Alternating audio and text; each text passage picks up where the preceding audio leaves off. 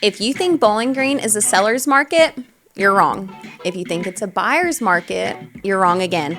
And if you're waiting to see what happens this spring, that decision alone could cost you thousands. Bowling Green right now is something that most cities are not: balanced, stable, and quietly growing. And the people who understand that are the ones winning in this market. If you're new here, I'm Nikki Adams, and I specialize in helping buyers, sellers, and investors make smart, data-driven decisions right here in Bowling Green, Kentucky. Not emotional decisions and not headline-driven decisions, but strategic decisions based on what's actually happening in our local market. Everything I'm about to share is pulled directly from the most recent December 25 through January 26 market data. So let's break it down. First is the big picture. Bowling Green's market is officially warm, not hot, not cold. We are ranked number 6,622 nationally on the Realtor.com Hotness Index. That means we are not experiencing frenzy pricing like Nashville or Louisville, but experience a more stable market in today's national real estate climate. And stability is powerful. Inventory is rising, prices are appreciating steadily, and homes are still moving. That combination creates opportunity, but only for the people who understand how to operate inside a balanced market. Bowling Green right now rewards strategy over speculation, and that's exactly why understanding the numbers matter. Second is the housing prices and what's really happening. So here's the actual numbers. The median home sale price is around $329,900, which is up around 3% year over year. The average home value is around $280,000, which is up 1.2% year over year. And the price per square foot is around $183. That's up 9.5% year over year. Now let's talk about what that actually means for you. Prices in Bowling Green are appreciating, but they're doing it in a steady, measured way. This is not an explosive growth, it's steady, healthy, sustainable equity growth. For sellers, your home is likely worth more than it was this time last year. That 3% appreciation means equity is building quietly and consistently. But here's the shift in this market. Because appreciation is steady and not aggressive, buyers are no longer tolerating inflated pricing, and buyers have more options now. So if you're overpriced even from 3 to 5%, you're not leaving room to negotiate. You're removing yourself from the buyer pool. In today's Bowling Green market, equity growth rewards sellers, but competition pushes overpricing, and that's where marketing becomes critical. When inventory rises, the homes that win are the ones that look the best online, have professional photography and video, tell a compelling story about the property, and are priced strategically or slightly below market value because buyers scroll first. They compare everything and they eliminate quickly. The days of putting a sign in the yard and waiting are over. This is a positioning market, and sellers who understand that and invest in presentation are the ones who sell faster and closer to asking price. For buyers, this steady appreciation is good news. You're not in a volatile market. You're not buying at inflated peaks. You're in what I call an intelligence market. And here's what that means. The more informed you are about each home, meaning your realtor informs you of recent comparable sales, days on market, seller motivation, condition versus price, and how long similar homes are taking to sell, this gives you more negotiating power because prices are rising modestly, not aggressively. If a home is overpriced, the data exposes it. If a home has been sitting for 60 plus days, that tells you something.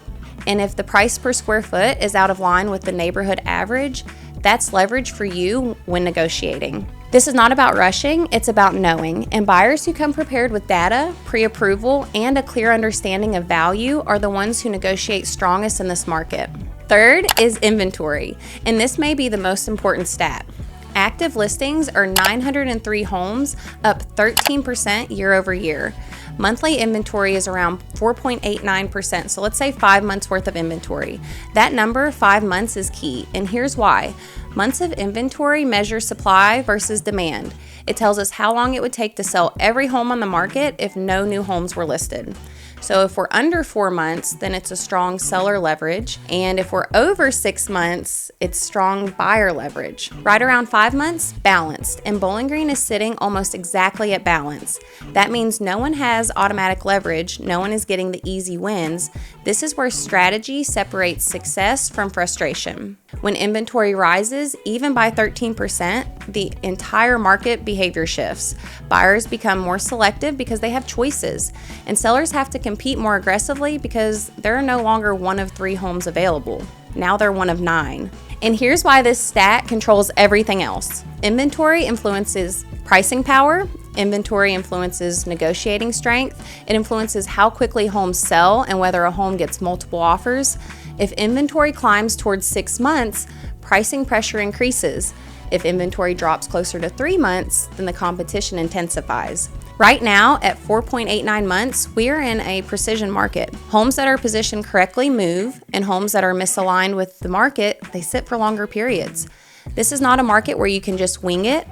It rewards preparation, understanding, and strategic timing. Inventory is the scoreboard of the housing market. And right now, the scoreboard says balanced but competitive.